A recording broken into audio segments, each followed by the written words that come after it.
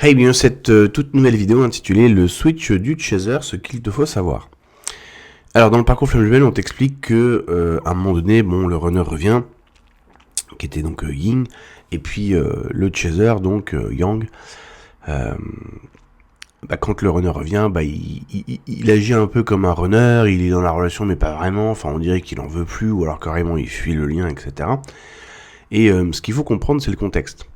Quand on te dit le chaser, par exemple, fuit le lien, on part du principe que le lien, il est là, il est indélébile.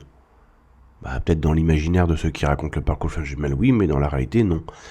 Déjà pour commencer. Mais c'est-à-dire, ça pose un cadre où fuir le lien comme si, en fait, c'était déjà, tu vois, cimenté que l'autre était ton autre et que ça devait se passer d'une certaine manière. Parce que c'est le récit Flamme Jumelle, c'est ce qui t'explique, en fait, explique l'autre, c'est ton autre, machin, depuis des millions d'années, depuis la création originelle de l'âme. Et donc, du coup, le switch du chaser serait l'attitude d'un chaser qui refuserait, renoncerait à ce lien divin. Je peux te dire, ça part loin. Et ce qui est intéressant, c'est qu'il faut regarder les faits. En fait, ce qui se passe, c'est quoi? Parce que j'en ai eu des chasers dans cette étape-là depuis 4 ans. Et en fait, c'est pas un chaser qui fuit le lien, c'est un chaser qui se rend compte petit à petit qu'il n'est plus intéressé par cette relation tant qu'il peut pas te chaser. C'est fou ça, encore de la programmation mentale. Et oui, parce qu'en fait, ce qui se passe, c'est la chose suivante. Alors déjà, effectivement, dans le parcours, à un moment donné, le runner va faire des retours. Mais des retours, c'est pas des retours pour et se marier avec beaucoup d'enfants, je suis décidé, je suis chaud patate, c'est bon, t'inquiète, y a pas de souci. Je veux vraiment créer quelque chose de dur. Non, c'est pas ça, c'est un énième retour de runner, comme on a l'habitude de le voir, c'est-à-dire qui fait un peu l'abeille, quoi, tu vois. J'ai besoin de pollen, je viens, je tatouille un petit peu, s'il y a moyen de moyenner, je moyenne. Et sinon, c'est pas grave, je repars dans les fuites, les silences, les renversements de rôle et tout.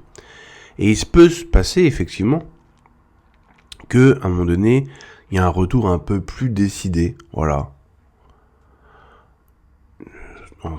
Pourquoi il y aurait un retour plus décidé? Il se peut que, notamment, c'est une des raisons, attention, je la pose comme ça sur la table, ce n'est pas la seule, que, il y a un peu un désert émotionnel dans la vie du runner à ce moment-là, tous les autres frigos dans lesquels il allait se goinfrer, ont fermé leurs portes, du coup, il n'en reste plus qu'un. Et du coup, d'un coup, on aime, voilà, on est dans l'amour, là, tu vois, c'est, mon chaser, je l'aime, je viens de me rendre compte que, tu vois. Alors, il n'y a pas que ça comme raison, mais c'est celle qui me passe par la tête, donc on va en parler, parce que celle-là, je te garantis qu'elle est bien courante. Voilà. Et donc, du coup, revient sur le lien. Donc, peut paraître en apparence comme étant quelqu'un de décidé, qui voudrait quelque chose, etc. Et donc, au début, la relation, effectivement, le chaser, il peut soit déjà, premièrement, ne pas ouvrir la porte. Donc là, on va dire qu'il est en défiance du lien. Que dalle, tu fais bien, t'as bien raison. Ou alors, le chaser dit, attends, enfin, il revient, donc il dit qu'il est décidé, on va voir. Et effectivement, quand il se passe ce cas-là, le chaser, en fait, tôt ou tard, va se rendre compte qu'il se fait chier. Que la relation, bof, quoi, en fait. Et très souvent, ils me le disent, que ça soit un test de 6 mois, de 3 mois ou de 2 ans. Ouais, la relation sympa, mais ça, c'est pas fou, quoi. En fait, c'était beaucoup plus fou avant, en fait.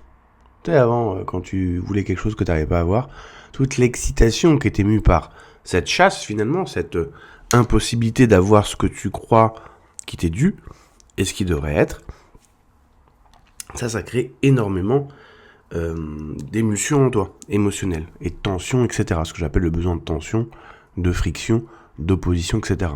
T'es dans, je veux choper le savon, mais à chaque fois que je le touche, il m'échappe des mains, et donc je suis motivé par mon objectif, c'est-à-dire arriver à choper le savon. Mais pendant que tu essaies de choper le savon pendant des années, t'as pas pensé après qu'il fallait te savonner, qu'après il fallait t'habiller, qu'après il fallait partir en voyage, quoi. T'as pas encore eu le temps de prévoir tout ça puisque t'es trop occupé par essayer de choper le savon. T'es bloqué dans la douche, quoi. Et ça, c'est super intéressant parce que c'est ce que j'appelle courir dans le tunnel en disant que tu vas arriver à la lumière qui est en bout du tunnel, mais en fait, le chaser aime être. Alors, quand je dis aime, c'est pas consciemment, ça fait partie des programmes de l'inconscient. Il aime être dans cette quête éternelle, cette quête interminable de vouloir quelque chose qu'il n'a pas. Et donc, qui continue de courir. Et je vous donne un exemple qui est très similaire, parce que c'est pas un truc de chaser runner, ça c'est un truc de l'être humain. Hein. Il y en a qui l'ont, ce programme-là, il y en a d'autres qui l'ont pas, ça va dépendre de l'enfant, c'est tout un tas de... une ribambelle de paramètres, mais par exemple, la dernière fois, j'ai écouté une psychologue qui a un gros compte Instagram, peut-être, je sais pas, 500 000, 600 000 followers, et qui disait comme ça, elle disait, mais nous les femmes, des fois, on fait des trucs bizarres, quoi. On rencontre un mec, il est beau, belle situation, sympa, on s'entend super bien avec, et nous, le premier truc qu'on trouve à faire, c'est le foutre dans la friendzone. Voilà, normal.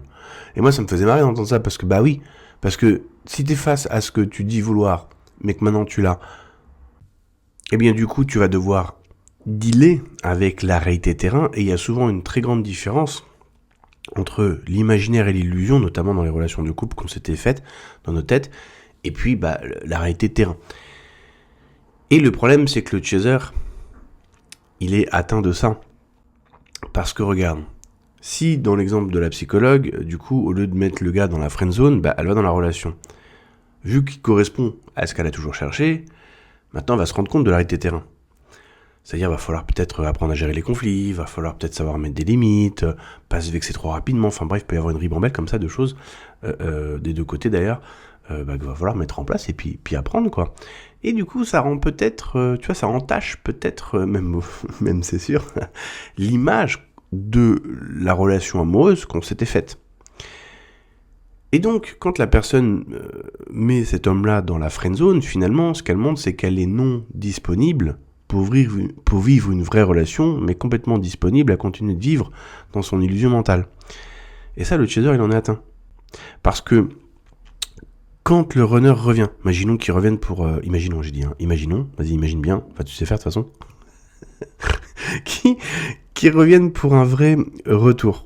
Le problème de ça, c'est quoi ? C'est que le chaser ne peut plus chaser. Et donc, c'est là qu'on va parler de switch, on va dire, là, il est très yang, il bascule dans le yin, etc.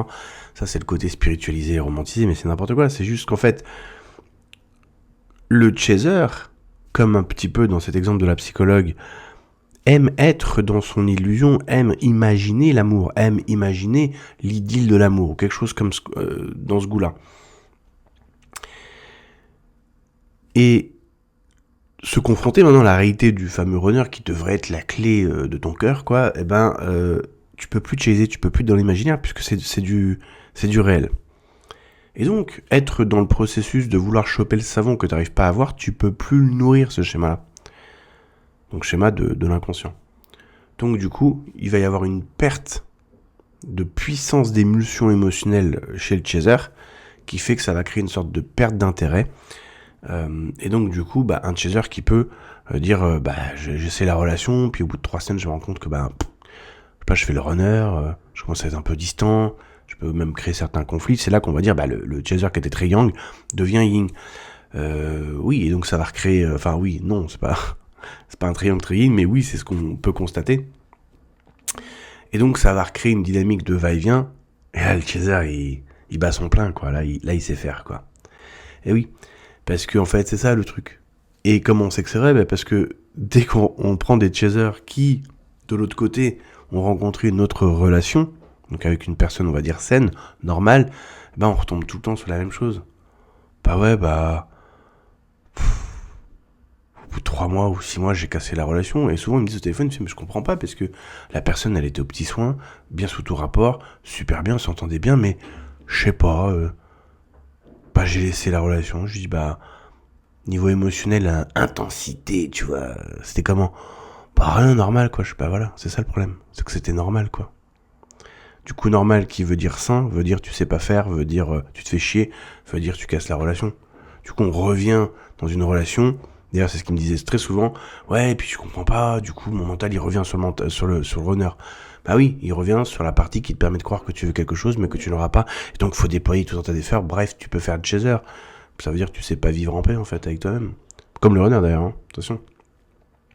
Et oui, parce qu'il est là, le game, en fait. Le switch du chaser, c'est pas, je suis passé de yang à yin, c'est n'importe quoi. Ça veut dire, je ne peux plus chaser. Donc, la pile du Racel, il n'y a plus de jus. Et donc, si jamais le runner revient de manière un peu décidée, etc., ou qu'il apparaît être décidé comme ça pendant 1 mois ou 2 ou 3, il se peut que qu'il se passe ça chez le chaser. Et pour ceux pour qui ça ne se passerait pas vraiment, voici ce qu'on retrouve. Donc on va avoir dans le cas du retour le premier cas de Chaser qui dit bah moi je rouvre pas la porte donc salut au revoir, il s'est passé ce qui s'est passé, ça ne m'intéresse plus. En général ça c'est un Chaser qui a vraiment complètement fait guérir, il fait ça. Après il y a le deuxième cas, c'est-à-dire celui dont on vient de parler tout à l'heure, c'est-à-dire que le runner revient, le Chaser dit bah allez où il y a mes frères, donc on va tester. Et puis il se rend compte que au bout de 3 semaines, 1 mois, 2 mois, 3 mois, peu importe. Du coup la pile du Duracell, il y a plus de jus dedans, il y a une sorte de perte d'intérêt, etc. Donc ça recommence des conflits, etc. Bref, et la relation explose. Et puis t'as, on va dire, le cas numéro 3, où la relation va perdurer comme ça. Ok ? Alors ce que j'ai constaté au cours de ces 4 ans, c'est quand il y a ce genre de cas, alors évidemment, ils sont extrêmement rares par rapport aux autres, c'est toujours une relation, ou très souvent une relation, enfin non, c'est même pas très souvent, c'est toujours ça que j'ai constaté, c'est-à-dire une relation où on se voit 1 semaine sur 2, chacun est dans son appart. Alors ça veut pas dire qu'il faudrait qu'il y ait une obligation de vivre ensemble en couple, mais ce que je veux dire c'est pour montrer ce côté, finalement on n'est pas comme on veut dire un couple traditionnel, où on vit ensemble, où on se voit très souvent. Tu vois, il y a ce côté, on se voit 1 semaine sur 2 parce que les enfants, chacun a son appart, donc en fait ça reste une relation avec une certaine distance, même si officiellement les deux se reconnaissent comme étant ensemble, il y a quand même un côté, on se voit mais pas trop non plus, et puis pas trop de proximité non plus, tu vois, il y a toujours une sorte de distance comme ça. En tout cas, c'est ce que j'ai constaté moi au cours des 4 ans. Alors parce que soyez les enfants, parce que ceci, cela, mais du coup ça donne pas ce qu'on va retrouver dans... moi j'ai plein d'amis qui sont en couple, ils vivent ensemble quoi, hein, dans le même appart, dans le même lit et tout, un truc de fou. Donc du coup ils se voient souvent quoi, tu vois. Y a pas ça. En tout cas moi dans ce que j'ai constaté, y a pas ça. Parce qu'en soit ni bien ni mal, c'est juste intéressant, encore une fois, de se rendre compte que y a pas ça. Et donc du coup, cette relation-là, quand elle est comme ça, elle peut perdurer quelque temps. 6 mois, 1 an, voire 2 ans. Et là, on se rend compte de la chose suivante. Déjà, le chaser, n'étant plus dans la chase attitude, ou beaucoup moins, il se rend compte que, la relation est sympa, mais c'est pas fou. Et puis surtout qu'ils sont pas compatibles, en fait. C'est ça qui ressort au final du final. Soit ça sortira de la bouche du runner, et ou du chaser, soit ça sortira de la bouche du chaser, en fait. De se rendre compte qu'en fait, à un moment donné, même si a priori, ça semble être stable comme relation, en fait, non, c'est pas ce que je veux. Et ça, c'est normal parce que cette relation, en tout cas de ce que j'ai constaté depuis 4 ans, c'est une relation qui s'imbrique, entre guillemets, parfaitement, les fameux opposés complémentaires, oui, mais en termes de trauma, et non en termes de relation par rapport à ce que tu veux. Ce qu'il faut regarder aussi, c'est le point suivant. Ça, c'est chez tous les chasers, il n'y a pas d'exception à la règle. Le chaser a en lui une sorte de programmation d'envie d'être invisible. Alors c'est peut-être pas la meilleure formulation, donc je vais essayer de l'expliquer différemment. C'est un leader non assumé. Faire entendre sa voix VOIE, c'est-à-dire le chemin qu'il veut emprunter, et VOIX, c'est-à-dire la voix, son opinion, etc. Dans certains domaines de sa vie, il a un gros problème de ça, et c'est pour ça qu'il a besoin du runner pour se sentir puissant. Et parce que ça revient à la ligne de code de la dépendance, en fait, puisque ça revient à l'enfance, c'est-à-dire à chaque fois que le chaser, mais ça arrive aussi chez le runner, ça aussi, enfin chez plein d'enfants, en fait, c'est pas un truc spécial flamme jumelle, c'est juste un problème spécial être humain, quoi. Il y a beaucoup d'enfants comme ça qui ont été éduqués, c'est-à-dire que quand t'es gamin, l'expression de ton soi, quand tu vas l'exprimer, ça va être rabroué, critiqué, rejeté, non écouté, non reconnu, c'est pas le moment, et ceci, cela. Et ça, avec la répétition, ça crée une programmation mentale qui dit, en gros, oser exprimer qui tu es égale danger. Okay, je la fais en mode très simple, à toi de prendre le temps vraiment, et je t'invite vraiment à le faire, prendre le temps de dire, ok, et si ça, moi, je l'avais, du coup, si je prends ma mémoire et que je vais essayer de regarder ce qui est pour moi l'expression du soi, ou comment j'essaie d'exprimer qui je suis, ou qui j'étais à l'époque, avec papa, maman, le frère, sœur, les grands-parents, ou à l'école, etc. Est-ce que beaucoup, ou un petit peu, ou passionnément, j'ai été recadré, comme être soi n'est pas bien, c'est pas conforme, c'est pas comme ça que tu devrais être, tu vois, par exemple. Et donc, bien évidemment, le runner a vécu le même genre de truc, et le chaser aussi. Ce qui va changer entre le runner et le chaser, ça va être le système de survie mis en place pour survivre à ça en fait. Et donc du coup, ce qui est intéressant, c'est la chose suivante.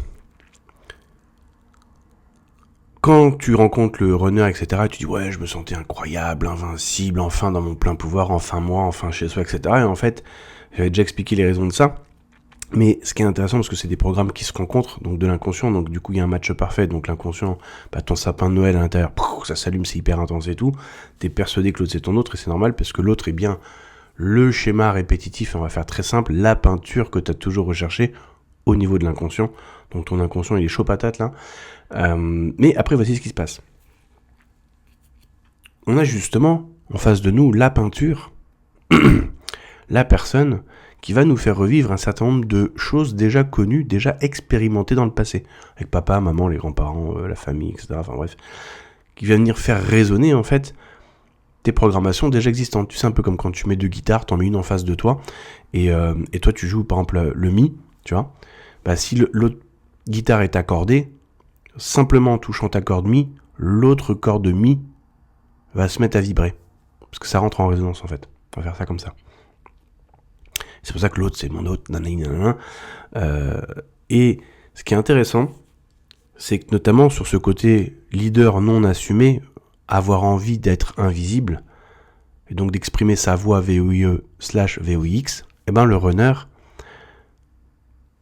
par cette interaction, c'est pas le runner, c'est avec cette interaction avec le runner, tu vas ressentir la même chose. Avec lui, tu te sens puissant, reconnu, tu vois, tu t'ouvres au monde, quoi. Dès qu'il est pas là, tu te sens impuissant. Et pendant la période des va-et-vient, tu te sens comment ? Invisible. Donc c'est ça qui est intéressant, c'est que tu vas chaser le fait de vouloir être reconnu, apprécié, vu par l'autre personne, parce que tu ne l'es pas.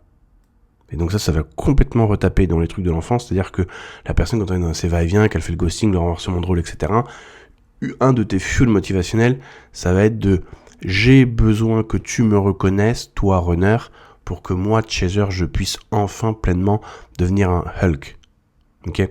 Ou un Avenger, ou me transformer en Superman, peu importe. Bref, en fait, te transformer en toi, quoi. En gros, être normalement toi, quoi. Mais on va dire ça comme ça. Et donc, du coup, un des fuels motivationnels de toute cette chaser attitude, c'est ça. Et donc, du coup, parce qu'en fait, là, je fais des pauses parce que j'ai 1 milliard de trucs à dire et je me dis, si je les dis toutes, ça va être un bordel intergalactique. Comment je vais le structurer par rapport à ce que j'ai dit avant dans la vidéo que j'ai déjà oublié. Du coup, quand le chaser, il pourchasse le runner, donc il est dans le tunnel et il dit ouais non mais je cours, je mets de la nitro, j'ai optimisé ma caisse et tout, mon but c'est d'arriver en sortie de tunnel.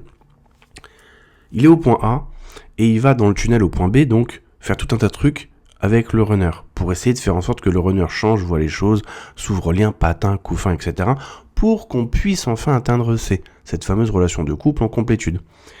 Mais pendant qu'il est occupé à B, en fait ce que le chaser ne voit pas, c'est pendant qu'il est occupé d'essayer de faire changer quelqu'un de, je sais pas moi, de vert à bleu par exemple,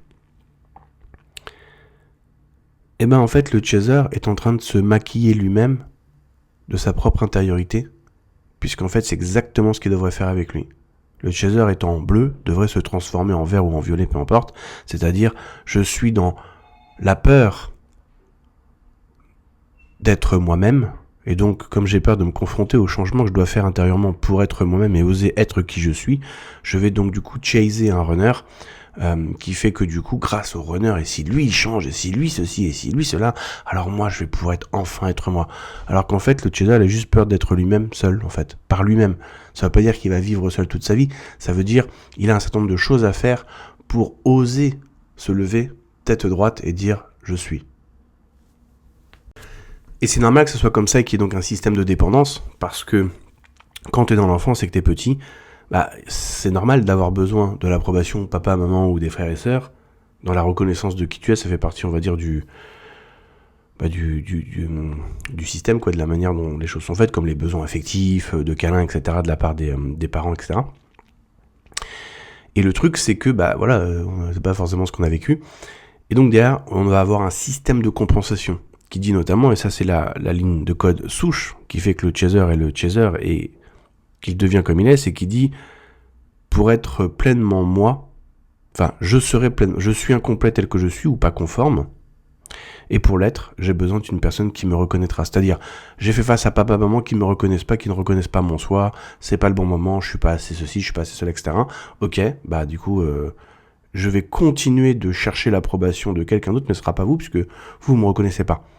Mais donc moi non plus, ça veut dire que je me reconnais pas, puisque je continue d'être dans le si c'est pas papa, maman, frères et sœurs qui vont me reconnaître, je vais alors trouver dans ce monde une personne qui me reconnaîtra pour que moi je puisse être pleinement moi. Ce qui veut dire que je ne me reconnais pas pleinement moi par moi-même.